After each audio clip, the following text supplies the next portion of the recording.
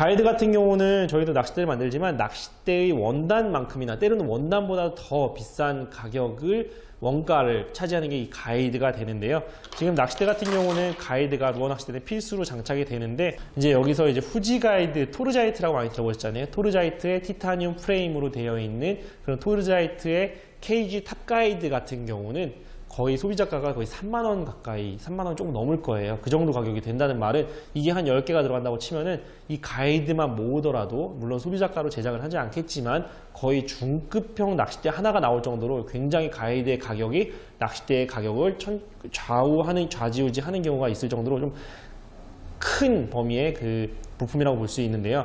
근데 이제 보면 여기서 많이들 궁금해 하시는 게 그럼 비싼 가이드를 쓰는 게 무조건 좋고 싼 가이드는 안 좋냐라고 하실 수 있는데 당연한 거지만 비싸면 좋습니다. 근데 이게 보여주기 식으로 뭔가 나는 토르자이트를 쓰고 있으니까 좋고 누구는 일반 가이드니까 안 좋다라기보다는 어떠한 부분에서 어떠한 부분이 좋은지를 어떠한 부분이 좋게 작용하는지를 알고 나면은 아무래도 그걸 선택을 할 수 있는 여러분들께 선택을 하는데 좀 도움이 될 거라고 생각을 하는데요.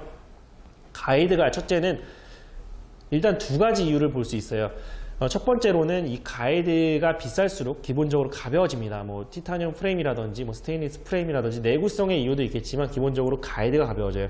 가이드가 가볍다는 이야기는 여러분들께서 보시면은 이 가이드 하나에 뭐 몇 그램 안 할 것 같잖아요. 몇 그램 안 할 것 같은데 이 가이드가 다 달려있는 이 소재에서 캐스팅을 했을 때 이 캐스팅을 하게 되면은 이제 던진다는 이야기잖아요. 미끼를 던졌을 때 이 초리대는 분명한 거는 진동을 하게 돼 있습니다. 뭐라고 해야 되나? 이 진동을 이렇게 순간적으로 윙윙윙 하면서 이렇게 울리게 되잖아요. 초리대가. 여기서 만약에 가벼운 가이드가 달려있을 때는 얘가 3번 왔다 갔다 해서 일직선상을 딱 유지를 한다고 봤을 때 만약에 여기 좀 더 무거운 가이드가 있다면 얘가 5번 더 범위도 크고요. 진폭도 5번 그리고 원점으로 돌아오게 될 텐데요. 이게 뭐냐라고 했을 때 이게 움직이는 게 단순히 그냥 휘어지는 게 아니고 이거는 가이드가 계속 줄을 쳐준다는 뜻이에요. 이렇게 줄은 계속 날아가야 되는데 얘가 타타타타타닥 쳐주는 거랑 타다닥 치는 거랑 당연히 줄이 나갈 때 그 방출의 저항력이 차이가 나겠죠. 그렇기 때문에 가이드를 가벼운 걸 쓰면 쓸수록 기본적으로 비거리가 조금 더 상승한다라고 알려져 있고요. 두 번째 같은 경우는 내구성이에요. 이 내구성이라는 거 가이드 자체가 뭐 오래가고 그런 부분이 아니고요. 이 가이드를 좀 더 좋은 걸 쓸수록 줄의 내구성이 높아집니다. 무슨 말이냐면은 이 가이드 링 여러분들께서 보시는 아마도 사용하시는 거의 대부분 뭐 진짜 저렴한 것이 아닌 이상에는 한 뭐 5만 원만 넘어도 요새는 이제 다 가이드 링으로 SIC 가이드 링을 쓰실 거거든요. 그리고 이게 이제는 뭔가 포인트로 잡기 어려울 정도로 너무 대중적인 SIC 가이드 링을 사용하실 텐데요. 이 SIC 가이드 링 같은 경우는 열 전도율이 상당히 높은 편이에요. 한 60, 그 후지 부품 거기서 이제 보이기로는 60 와트 퍼 미터 칼빈이었나 뭐 섭씨로 이렇게 해가지고 되어 있던 것 같습니다. 그러면 이게 60이 당연히 중요한 게 아니고 그러면은 이 좋은 링, 뭐 토르자이트라든지 좀 비싼 링을 썼을 때는 이게 20까지 떨어져요. 20 중반인가 떨어져요. 다시 말해서 열 전도율이 낮다는 거는 열을 전달을 못한다는 뜻이에요. 그렇다는 말은 얘가 열을 SIC 같은 경우는 상대적으로 더 받는다는 이야기고 그럼 열 받는데 뭐가 상관이냐라고 봤을 때 여러분들께서 잠깐 제가 한번 영상을 보여드릴 텐데 이 굵은 5호줄이 순간적으로 2, 3초 만에 끊기는 걸 보실 수 있어요. 보시면은 줄이 두세 번의 마찰만으로도 끊깁니다. 이렇다는 얘기는 이 나일론 줄 같은 경우는 카본 줄도 마찬가지고 화학 소재잖아요. 실이 아니고. 그렇기 때문에 열에 굉장히 취약하거든요. 이게 단순하게 눈에 보이지 않지만 이게 그 라인에 데미지를 줄 수 있다는 부분. 루어 낚시를 특히나 계속 오랫동안 지속적으로 하다 보면은 이 캐스팅하면서 줄이 계속 가이드를 쓸고 가면서 여기 열이 분명히 발생을 하거든요.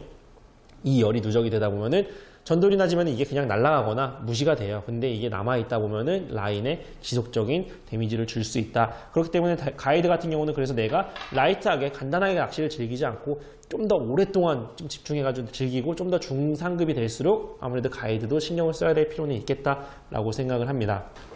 자, 다음은 릴시트입니다. 릴시트 같은 경우는 이런 식으로 지금 제가 가져온 거는 이제 PTS 타입의 릴시트라고 볼 수 있는데 이렇게 일반적으로 파지감이 좋고 보시는 것처럼 파지감이 좋은 릴시트를 장착하는 것이 일반적이고 대중적인 스펙이라고 봤을 때 지금 보시는 것처럼 이 중간이 파여있는 이러한 타입의 릴시트도 있고요. 또 반대로 이런 식으로 릴을 위에서 잠그는 타입이 있는가 하면 반대로 릴을 아래에서 잠그는 타입도 있습니다. 이런 차이점이 어디서부터 시작되는지를 간단히 살펴볼 텐데요. 너무 전문적으로 접근하지는 않을게요. 그냥 간단하게 봤을 때 이런 식의 PTS 타입, 이런 그냥 가볍게 쥘 수 있는 파이프 타입의 릴시트는 좀 밸런스 잡힌 낚시, 그리고 오랫동안 파지를 하더라도 좀 피로감이 덜한 장점이 있고요. 반대로 이런 식으로 릴시트가 가운데가 쪼개져 있는 스켈레톤 타입이라고 부르거든요. 뭐 해골 뼈다귀 같이 가운데 뼈다귀에 관절 뭐 이런 식으로 생각하는 것 같은데, 이 스켈레톤 타입 같은 경우는 파지를 했을 때 아무래도 좀 공간이 뜨지만 반대로 이야기해서 이 감도 전달 면에서는 좀 더 우수하다고 알려져 있어요. 실제로 프로들도 그렇게 많이 사용하고 있는 걸로 알고 있고요.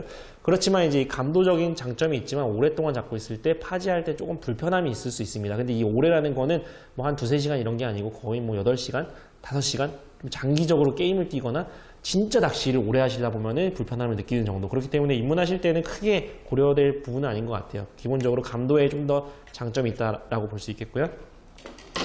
그럼 그 다음에는 이제 보시는 것처럼 똑같은 스펙, 똑같은 낚싯대인데 어떤 거는 위로 잠기고 어떤 거는 아래로 잠긴다는 거예요. 위로 잠기는 것 같은 경우는 일반적인 좀 대중적인 스펙이라고 볼 수 있는데, 이 다운락 방식, 아래로 잠기는 것 같은 경우는 어떠한 또 특징이 있냐면, 아래로 잠기게 되면은 기본적으로 이 윗 공간을 활용하기 좋아요. 포어 그립을 뭐 이런 식으로 내지는 활용하기가 좋습니다. 이 포어 그립 같은 경우는 내가 낚싯대를 잡고 있을 때 손가락이 이런 식으로 위치한다든지 해가지고 감도를 느끼기 굉장히 좋게끔 구성이 되어 있거든요.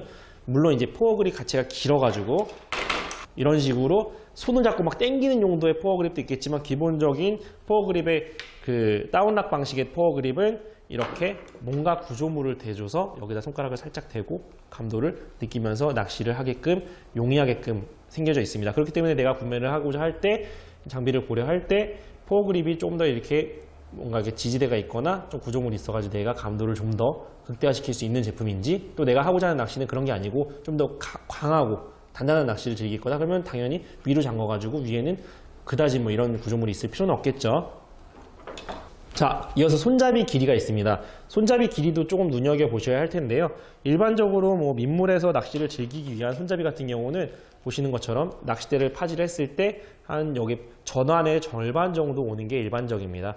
여기서 좀 더 짧게 되면 어떤 장점이 있냐, 아무래도 내가 로드를 조작을 할 때 걸리는 게 좀 덜하겠죠. 그래서 조금 빠르게 루어를 조작해 준다든지, 뭐 저킹이라고 해가지고 계속 지금 팔이 닿잖아요. 이런 식으로 닿지 않게끔 뭔가 이게 휘저어주는 저킹을 해준다든지, 아니면은 뭐 이 정도의 길이라고 치면은 기본적으로 밸런스 잡힌 길이라고 볼 수 있어요. 근데 이게 좀 더 길어가지고 팔꿈치까지 내려온다. 예를 들어서 지금 참고로 민물 낚싯대입니다. 민물 낚싯대라고 볼 수 있는데 팔꿈치를 넘어서 내려온다. 이거는 뭐냐면은 두 손으로 잡고서 강하게 던지기 좋게끔 만들어졌다고 볼 수 있겠습니다. 보통 가물치대가 이런 식으로 이 리어 그립이 좀 길게 뽑히는 형태이고요. 반대로 이제 이렇게 통으로 되어 있지는 않은데 또 이런 식으로 리어 그립이 팔꿈치 조금 넘게끔 되어 있는 이런 형태는 선상 로어에 했을 때는 겨드랑이에 견착을 하거나 아니면은 안정적으로 릴링을 하기 위해서 이런 식으로 리어 그립이 깁니다. 그래서 많이 물어보시는 게 이거 방파제에서 쓰다가 선상에서 쓰면 안 되겠냐라고 말씀을 이제 반대의 경우도 마찬가지고, 그럴 경우에는 가장 차이점은 이 그립의 길이라고 말씀을 드려요. 짧고 길기 때문에 이게 긴 거는 그만큼 긴 이유가 있는 거고, 아까 말씀드렸던 것처럼 짧으면 짧은 대로 이유가 있는 거거든요. 그렇기 때문에 이거를 선상에서 하루 종일 들고서 낚시한다고 치면 손목에 그만큼 부하가 가는 거예요. 팔꿈치라든지 겨드랑이로 잡을 수가 없기 때문에 그런 부하가 좀 갈 수 있지만, 반대로 이 긴 걸 갖다 방파제를 쓴다고 하면 계속 걸리겠죠. 뭔가에 계속 걸려요. 던져야 되는데 걸리고, 물론 로드 액션도 그 차이가 있겠습니다만은, 자, 그렇게 해서 이 릴시트로부터 이 핸들의 길이도, 손잡이의 길이도 굉장히 중요하다고 볼 수 있겠고요. 마지막으로 이제 선경, 원경이라는 단어가 있어요. 선경, 원경 같은 경우는 이제 낚싯대의 가장